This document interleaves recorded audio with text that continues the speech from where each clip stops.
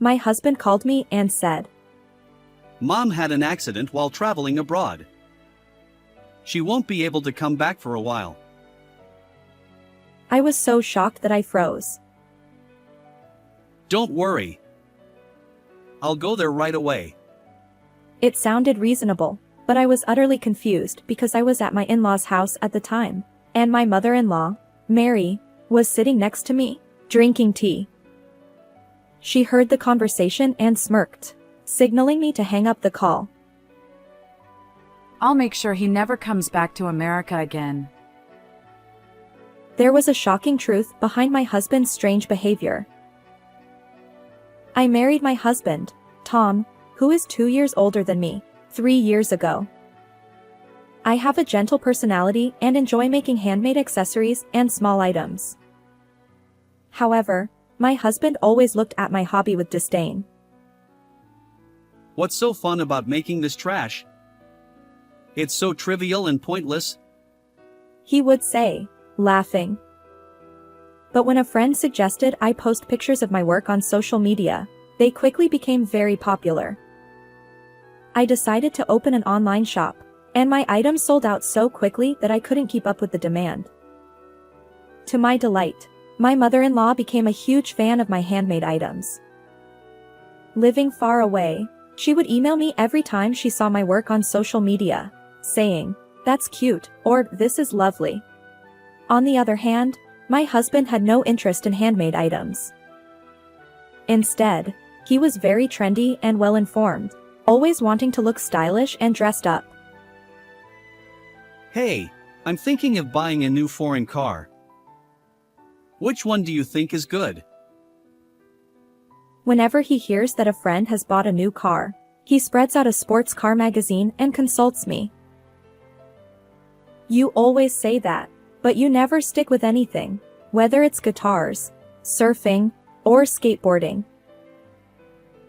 I pursed my lips, thinking of the mountain of instruments and gear gathering dust in the storage room.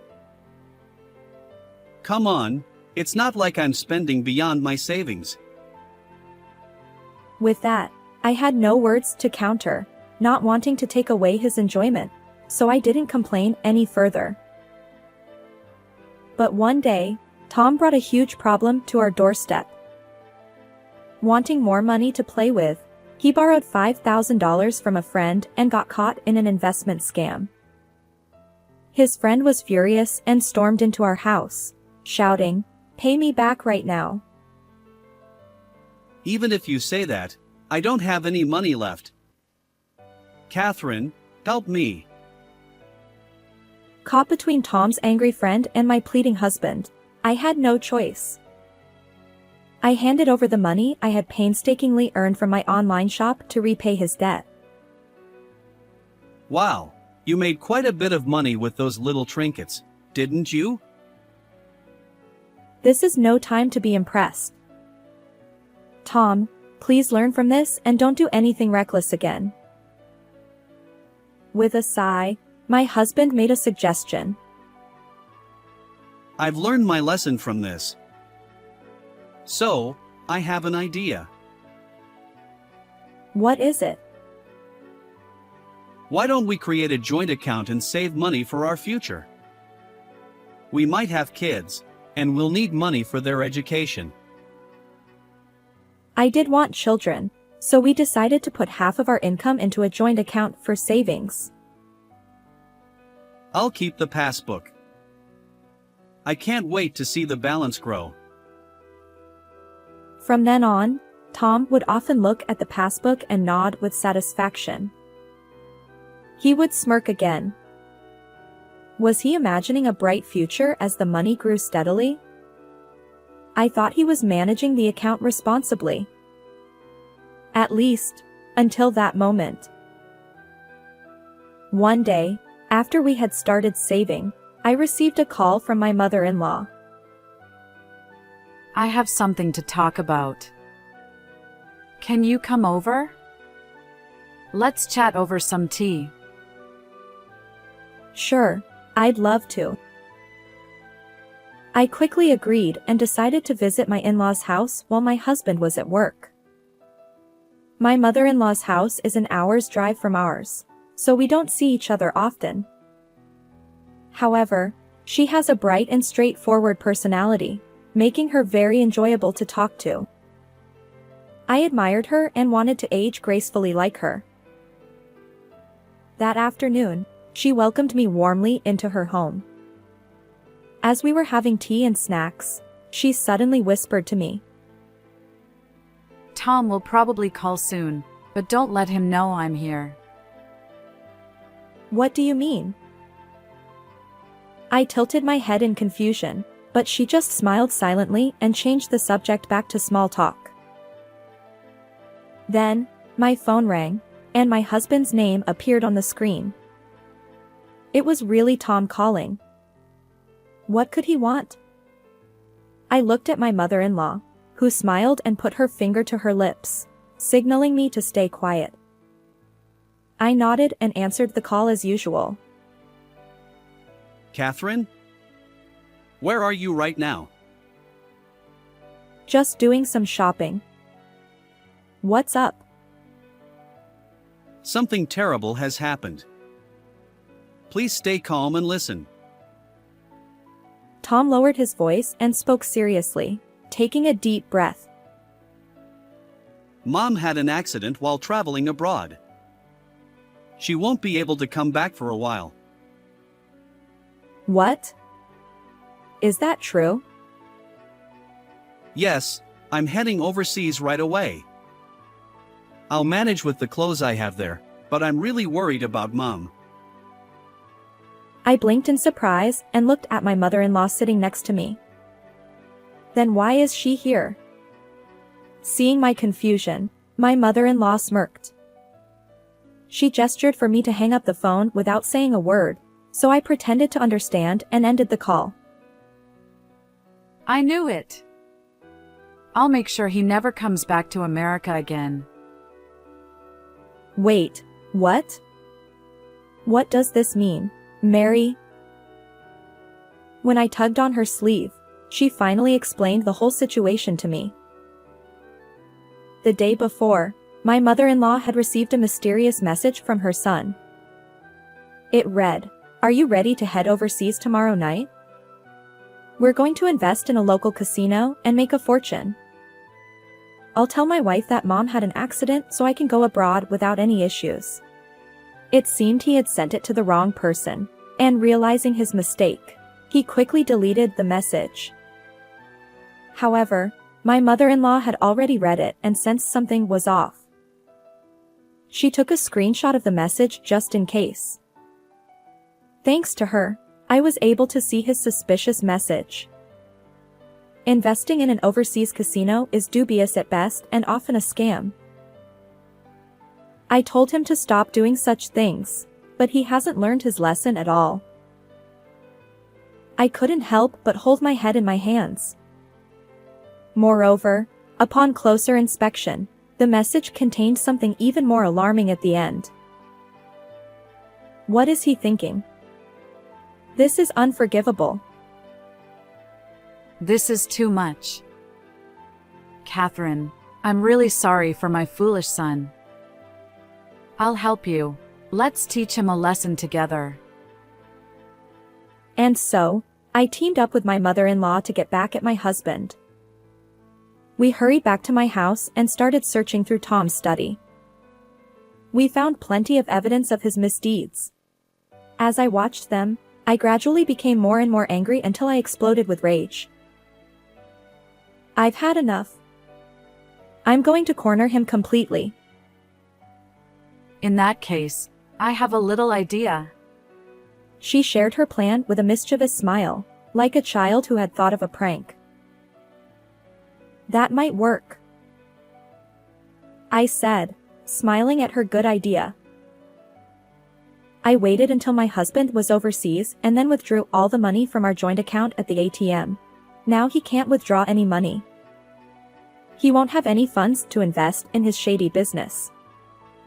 He must be in quite a predicament with no money over there. Additionally, I contacted the credit card company and suspended the family card. When my handmade business started to take off, Tom said, I want the credit card sign-up points. I'll buy a ukulele with the points. And made a family card in my name. Since then, he had been using the family card exclusively, and the bills were coming to me. Now was the perfect time to stop the credit card. Until this day, I had been warning him about his reckless card usage, but it was finally time to take action. After waiting for about 15 minutes, Tom called me repeatedly. When I ignored the calls, he sent a flood of messages saying, "The card has been stopped, and I can't stay at the hotel. Help me, and I can't withdraw any money. What should I do?" However, my mother-in-law didn't seem to care at all. It's almost dinner time. Shall we order some sushi? Oh, I have some good Japanese sake. It was a gift. My mother-in-law and I happily prepared the sake and enjoyed our meal while watching a drama together. The next day, my husband hurriedly returned to America. When he came home, he looked exhausted and disheveled. My mother-in-law and I greeted him with a nonchalant welcome back. Why is Mom here? Tom was so shocked to see his mother that he almost fell over. It's strange, isn't it? Your mom was supposed to have had an accident overseas. I interjected. Well, that might have been a misunderstanding. He laughed awkwardly, left his luggage in the hallway, and casually sat down on the living room sofa to relax. Enough with the nonsense. I chased after my husband, cornering Tom as he tried to brush off the situation. Did you really think you could fool me with just one phone call? You and Mom never see each other. Since when did you two get so close? He retorted, glaring at me while clearly intimidated by my anger. Mary is my biggest supporter on social media. We email each other regularly. I know all about the message you mistakenly sent. Wait a minute. So you knew from the start? Realizing that my mother-in-law and I had become close, my husband ground his teeth in frustration. So it was you, Catherine, who stopped the bank account and credit card. Because of you, I had to spend the night at a 24-hour fast food place. I was planning to make sure you could never return to America. I replied in a low voice. I must have looked terrifying because my husband turned pale as if he had seen a ghost. Then, to drive the point home, I laid out the evidence my mother-in-law and I had gathered on the table in front of the sofa.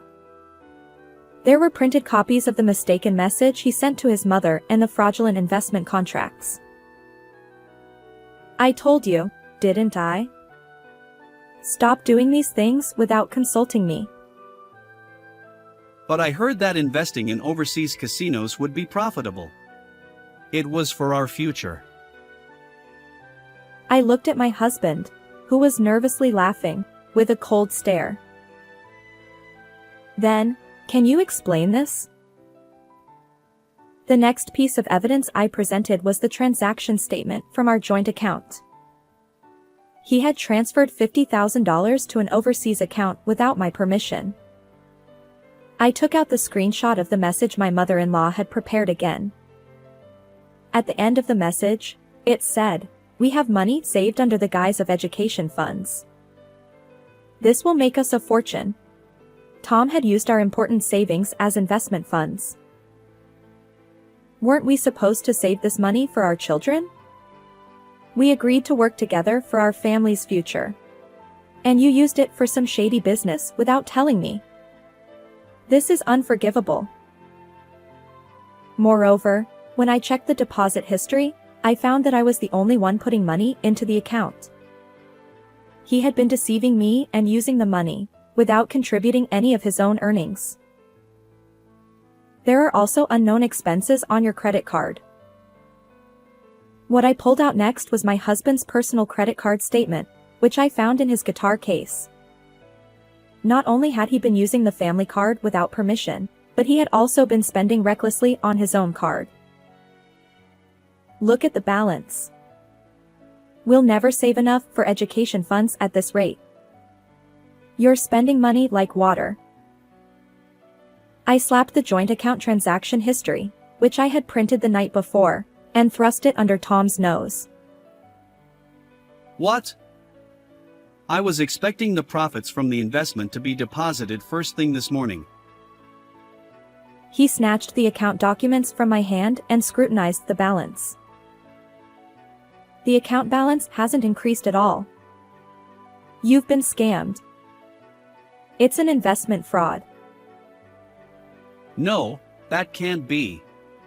They said if I transferred the money, it would come back fivefold. There's no such thing as a deal that good.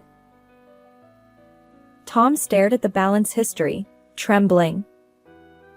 I was completely fed up, and any remaining affection I had for him vanished.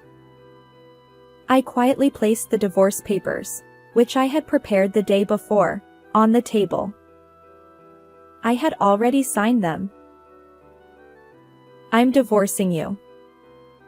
I don't need a husband who ignores my warnings and betrays his wife so easily. Wait, you can't be serious.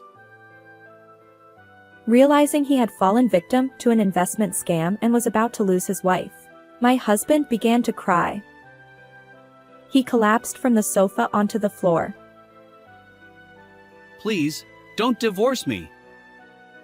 I was wrong, I won't do it again, I promise. No, I won't forgive you. I'm completely done with you. And I want the money you took from our joint account back. I looked down at my husband, who was curled up on the floor, with contempt. At that moment, my mother-in-law delivered the final blow. I'm cutting ties with you as well. What? Why? Of course. You used my name and pretended I had an accident overseas. You deceived dear Catherine and behaved in the most despicable way.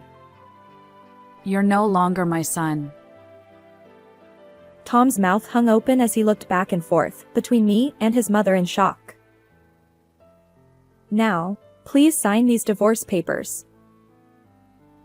Can't we start over? Sweating profusely and pale-faced, my husband pleaded with me. No, we can't. I gave him a bright, final smile. Tom, if you don't sign here, you're not a man. Do you understand?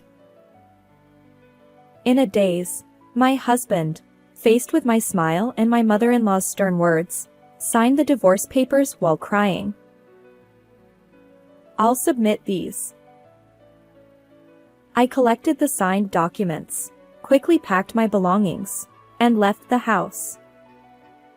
Feeling no regrets, I high-fived my mother-in-law. After that, I sued my husband and made him repay the money he had taken from our joint account. However, the only lenders willing to give him money were shady loan sharks, and he couldn't keep up with the repayments, leading to his bankruptcy.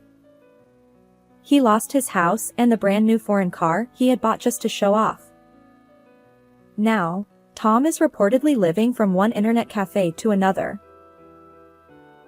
On the other hand, I returned to my parents' house and continued my online shop there.